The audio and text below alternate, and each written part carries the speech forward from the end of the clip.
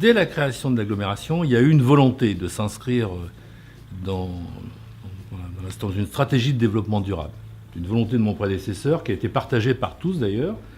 Et on s'est très vite engagé dans une démarche d'Agenda 21 qui a été signée, si mes souvenirs sont bons, en 2008.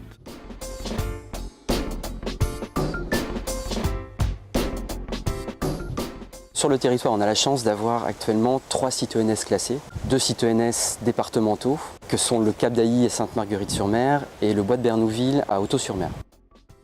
Le dernier ENS est un ENS local, propriété de la commune de Varengeville-sur-Mer, donc situé sur cette commune-là, qui s'appelle le Bois des Communes et dont l'agglomération a récupéré la gestion.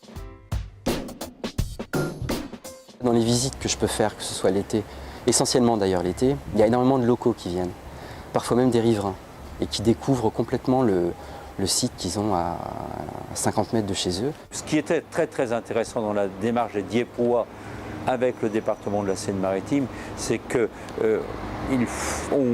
arrive vers un objectif qui est de faire en sorte que les habitants du territoire s'approprient cette politique de conservation de la biodiversité. Je crois que ça, c'est très important. Il faut que ces politiques soient portées par le terrain.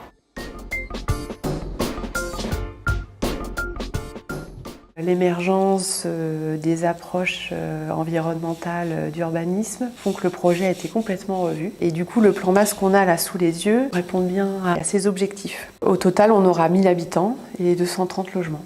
L'ensemble des constructions seront terminées en fin 2014, début 2015. Le quartier sera terminé.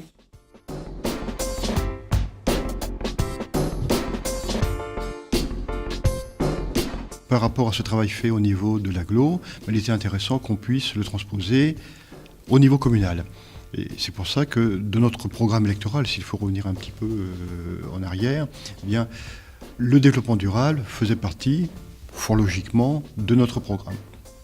Alors après, il fallait l'initier, il fallait le dérouler.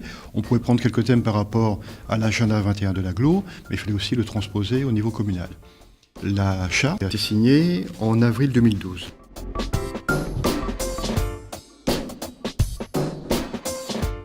Aujourd'hui, nous sommes dans les locaux 27 rue de Stalingrad, là où se trouve Cara, et nous sommes plus précisément dans la zone de stockage de la CREPT. C'est l'association pour la création et la promotion d'emplois par les technologies. La CREPT a principalement 3 ateliers. Donc un atelier où on restaure des flippers anciens.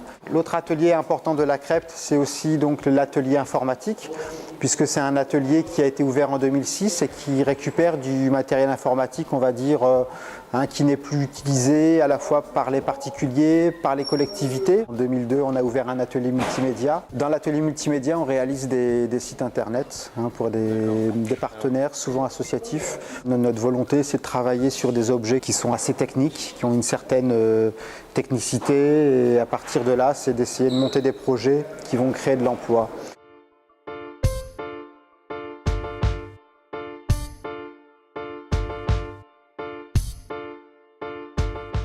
La cabane de la pollution, donc c'est une cabane qui a été totalement faite avec les déchets qui sont ramassés au cours de nos collectes hebdomadaires. Depuis que le service littoral existe, c'est-à-dire depuis environ 1998, si on collectait l'ensemble des déchets, on pourrait remplir la piscine de Dieppe.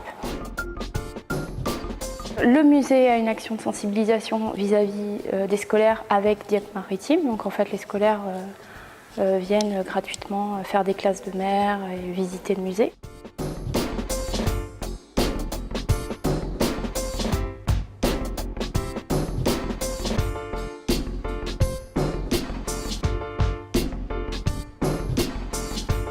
La préoccupation de l'association au niveau du développement durable, ça a été toute une démarche, notamment pendant le renouvellement du contrat de projet. Et donc, du coup, l'association a un axe qui concerne le développement durable et comment le transmettre aux habitants, mais aussi aux salariés, le mettre en place dans l'association, à l'extérieur, comment travailler avec les partenaires. Et du coup, à l'intérieur du secteur jeunesse, un dispositif qui s'appelle Jeunes et Citoyens, dans lequel on a mis tout un axe autour du développement durable et notamment la participation à cette première éco-manifestation sur le quartier. Pour Dieppe Maritime, nous expérimentons en Haute-Normandie une opération qui consiste justement sur une zone d'activité.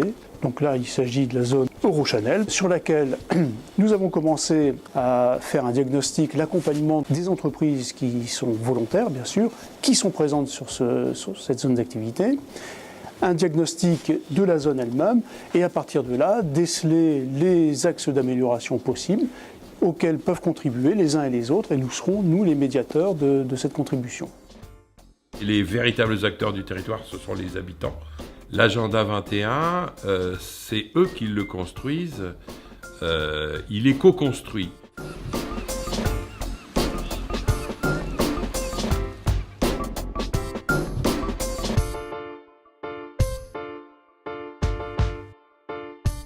Si on se relance, c'est que j'y crois.